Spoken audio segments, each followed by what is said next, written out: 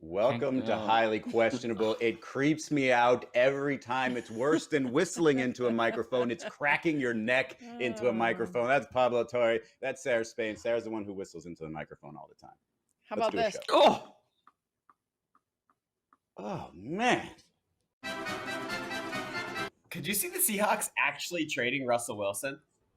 What is happening? Like, I don't know if this is going to be the offseason where the NFL turns into the NBA in terms of player personnel, in terms of player movement, either because, Tom Brady showed everybody how to do it, or maybe Deshaun Watson opened up the idea of like an NFL quarterback transfer portal. But either way, this is going to be, it's either going to be that or it's going to be the biggest offseason of bluffs ever. But this is the most conversation we've ever had in that regard when it comes to really good QBs changing teams. And Russell Wilson, the potential of him changing teams sort of ramped up when he went on a couple of platforms this week and said, I'm tired of getting hit. And it was ramped up a little more when Dan Patrick said that a source told him that that might not be a sustainable relationship anymore between Russell Wilson and the front office. And so what's interesting to me is if you look at sort of the drafting and you look at the way the Seahawks were created in that Super Bowl winning team, it was taking advantage of amazing drafts, not just Russell Wilson, but a lot of defensive players. And if you look since he's been there, they've drafted an offensive lineman every year. And every year other than 2014 have drafted one in the top 4 rounds. So that tells me, it sort of makes me look at this differently. It's not, hey, the Seahawks aren't valuing Russell Wilson's protection. It's they've been pretty bad at it, either drafting the player or coaching the player up. So if I'm Russell, I'm thinking, even if I have say in the personnel, it might not change the way this line is protecting me. So maybe he's forcing his way out instead of asking for control because he thinks control won't be enough. So it's not a good sign, Izzy, that Russell Wilson feels obligated or compelled for the first time ever, really, to air these grievances out in public to someone like Dan Patrick. Because if you're doing that publicly, it means that what you're doing privately probably is not so effective, which does not bode well for any relationship, right? But the thing about this relationship and the NBA-ification of the NFL, I mean, the NFL likes to think it's so tough. Like, you're a bunch of tough guys, right? What has he really said? He said, I really don't like that I'm getting sacked more than any other human being in the NFL since I entered the NFL. He's talking about how, in very careful terms, even still, he would like more help. Like, if this is going to be the NBA-ification of anything, you're going to have to sit out games. You're going to have to give awkward press conferences. You're going to have to go on Instagram and start leaking some stuff. The NBA is so far ahead of the soap opera stuff. This is like someone for the first time saying anything even vaguely controversial and Pete Carroll just falling on top of his fainting couch. Yeah, I mean, it's for obvious reasons. It's the weakness of their union. It's the number of players per roster. It's the value of their contracts and how much money is guaranteed. There's a reason why NBA players are able to force things through much more easily than NFL players. But to your point, Pablo, it's worth paying attention to when Russell Wilson is saying anything other than exactly what the franchise wants, right? That's who he is. So as much as this isn't James Harden skipping practice for a strip club, this is about the Russell Wilson equivalent of that, is to go on a show and say, I don't know, maybe I am available. Ask the Seahawks, right? Complaining about things. And to your point, Izzy, I don't know what's worse. Being able to say you haven't tried hard enough in the past, let's start trying. Or being able to accurately say they've tried and it hasn't worked. Because to your point, let's say of the 8 offensive linemen that they've drafted since 2016, only 4 are still on the team and only 2 of them did anything of significance last season. So do they need to make better selections? I think that's clear, right? Because if you can argue that they've drafted a lineman almost every year, and yet this is still the glaring problem year after year from them, they aren't good at selecting linemen. So for Russell Wilson, it might be, okay, you've tried, you've showed me that it doesn't work, so I do need to go somewhere else. If you'd asked me a couple days ago, is there any chance that Russ is out? I would have said, no, this is just like one of those things where he needs to put this out in public so that he can really force their hand. And now I'm not sure. I'm seeing a lot of Russ to the Raiders that's looking pretty compelling. Now, also, I need to make sure I can separate my own personal desire for there to be complete and utter chaos so that the Bears might end up with one of these quarterbacks from the actual reality of what's going on. And I'm not really sure where that line is right now.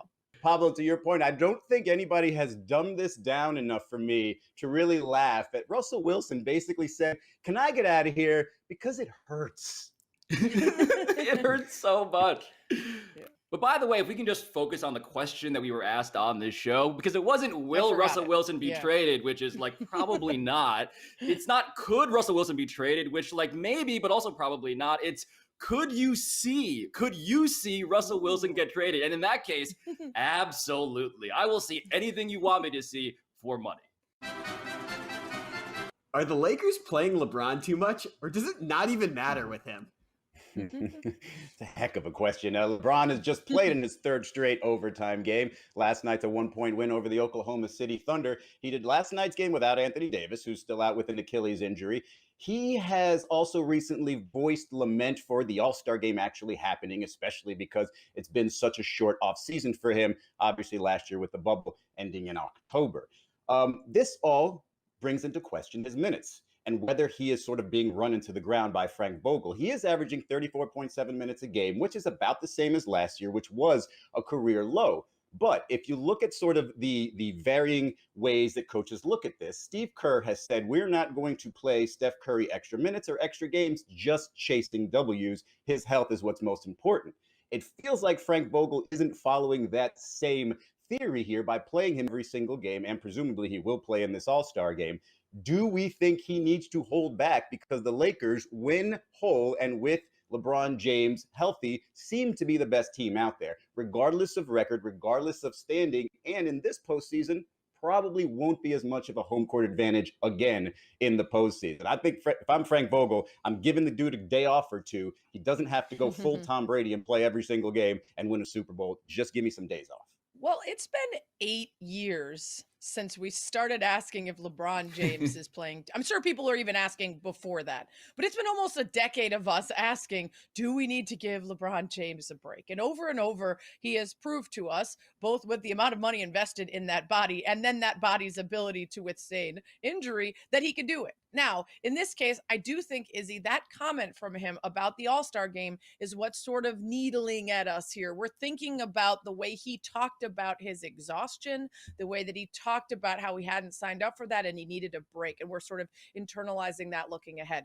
I think it's smart to be wary of how much you're playing him now, because at some point it might catch up. It's kind of like the Tom Brady thing. We keep saying that age is undefeated and then they keep disproving it. So I'm not arguing that we should worry about him falling off a cliff, but because we also understand that the regular season in the NBA isn't as important as we used to think it was. We've seen teams thrive and then fail in the postseason. That balance, especially with this roster that returned most of the folks that were there last year for that winning team, they don't need it as much as a team that needs to get their chemistry like the Nets or something, right? This is a team that added some pieces and they need to adjust to them, but should be able to come back in the postseason, even if they don't have a full 100% LeBron James for a couple games.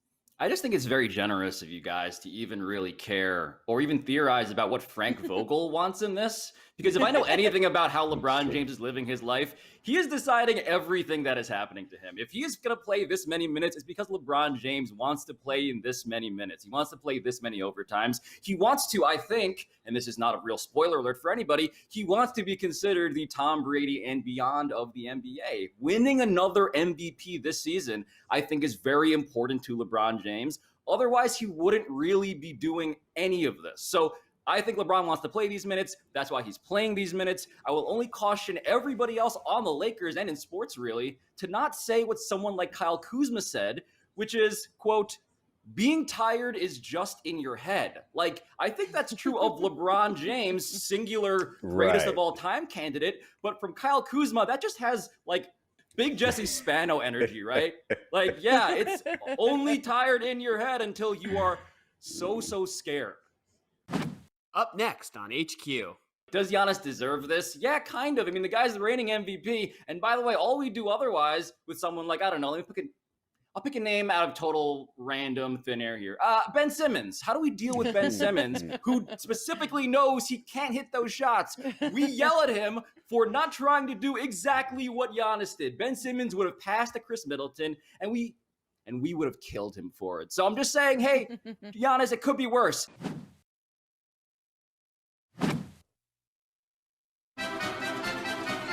Do you question if Giannis deserved better than this after his 47-point performance? Well, the Bucks and the Suns played last night. Giannis, as you just heard, had 47. But the Suns, who people are starting to figure out are actually good, they won the game. This was Giannis on the last possession trying to do for his team. Inbound to Giannis with 2. Oh, no. No.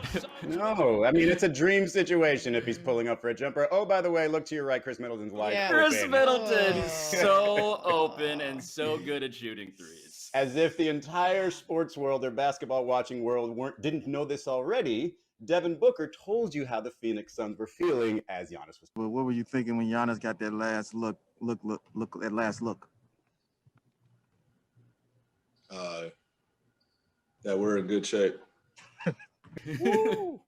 Right? And to be fair, there was more of that answer to Devin Booker, but that's all you need to know there, right? That's what everybody else watching said. Good defense. He's shooting a jumper. Good job, Suns.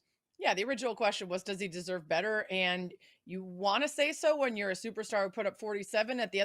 On the other hand, this is the story. This is the book on Giannis. And if you want to get to that next level, there's an aspect of your game that needs to improve, or you need to know your limitations and not be the superstar finisher, be the superstar who puts up points all games and then dishes to somebody who can hit that shot. Also, is that a pocket on Devin Booker's shirt, or is it a logo of a triangle? Is it a really weird, very small triangle pocket? Ooh, it does look like it could be a little flip up tiny pocket. That's next level. I think there's something in it, or is that his pec? Wow. I mean, I'm not rich enough to have a shirt with a tiny triangle pocket or a secret peck pocket, I suppose. I will simply point out that we are very kind to Giannis all the time. Like, does Giannis deserve this? Yeah, kind of. I mean, the guy's the reigning MVP. And by the way, all we do otherwise with someone like, I don't know, I'll pick a name out of total random thin air here. Ben Simmons. How do we deal with Ben Simmons, who specifically knows he can't hit those shots? We yell at him for not trying to do exactly what Giannis did. Ben Simmons would have passed to Chris Middleton, and we would have killed him for it. So I'm just saying, hey, Giannis, it could be worse. It could be a lot worse. Folks, get yourself somebody that thinks about you as often as Pablo thinks about Ben Simmons. Always in that dude's mind. Do you question if the Lombardi Trophy means less to Tom Brady than it used to? Oh, man, I got to admit something pretty embarrassing. Yesterday, I saw the video, or one of the videos we're about to see here, and I text the producer of the show, oh, we have to get Tom Brady on the show, as if it was some sort of like quiet little video that nobody was going to pay attention to. Anyway, here's some of that video of the boat parade after the Bucks won the World Championship, and Tom Brady is being Tom Brady. There were, angles on this video. That is absolutely. I've never identified with Tom Brady more. I will say, as the father of a very small daughter, I one day want to be that guy as my daughter in the background is like, please stop. No, do not do that. I just want to take this opportunity to tell my favorite story again, where I was in the Cubs World Series parade, throwing glass bottles of beer from the top of a double-decker bus to Jake Arrieta and Kyle Schwarber on their bus because they had run out of alcohol, which is one of the crowning achievements of my entire life. Wow. Well, you probably looked a little bit like Tom Brady did here after he got off the boat. We have to be careful about what we're saying here, but Tom Brady himself said he might have had too much avocado tequila. Which, I mean, he's not just getting younger, he's getting more relatable and more likable. This is freshman year of college for everybody. I love this guy.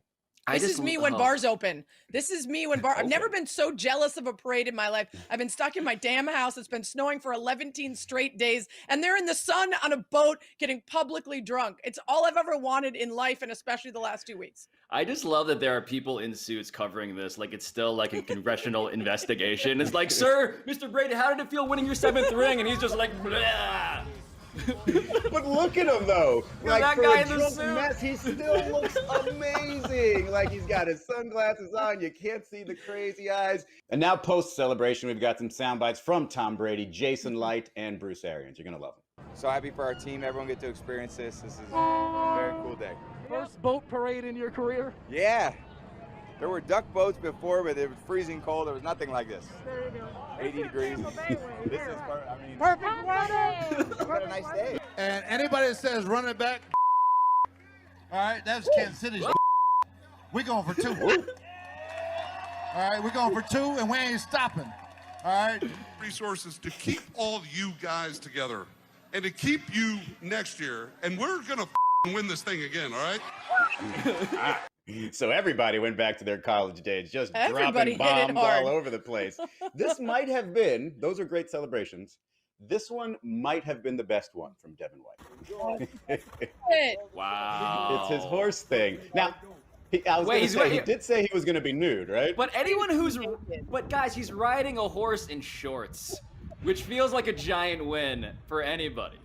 Yeah, I've only heard one line. If you're uncomfortable, that means you're doing it right. So I don't really want to get into horseback riding. Do you question if we should roast Tuukka Rask for forgetting the score, even though it didn't result in a goal? Yes, our hockey coverage, best in the business. Here's Tuukka Rask. It's on the way. Yeah.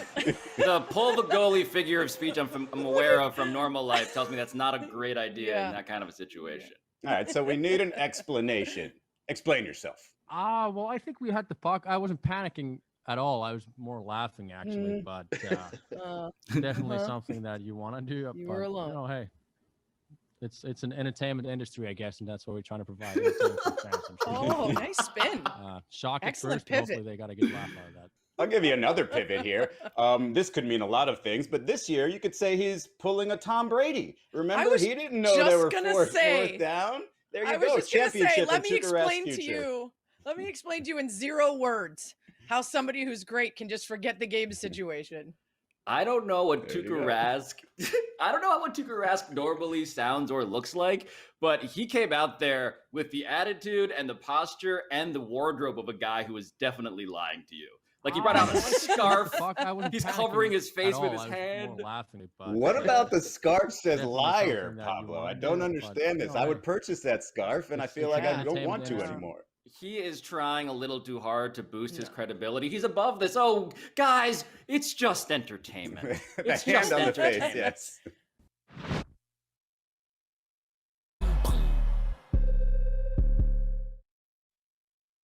By the way, why are we the ones on camera when our producer just said he's exuding, how about them apples guy from Goodwill Hunting, and none of us saw it? Like, I mean, meanwhile, Sarah, we're judging this guy. I had to ask my wife today, what day is it? Like, it's not a great time for me in terms of awareness. I am about 15 minutes from a vacation. Woo! So, I am 21 I'm this days. close to losing complete focus. I am 21 days.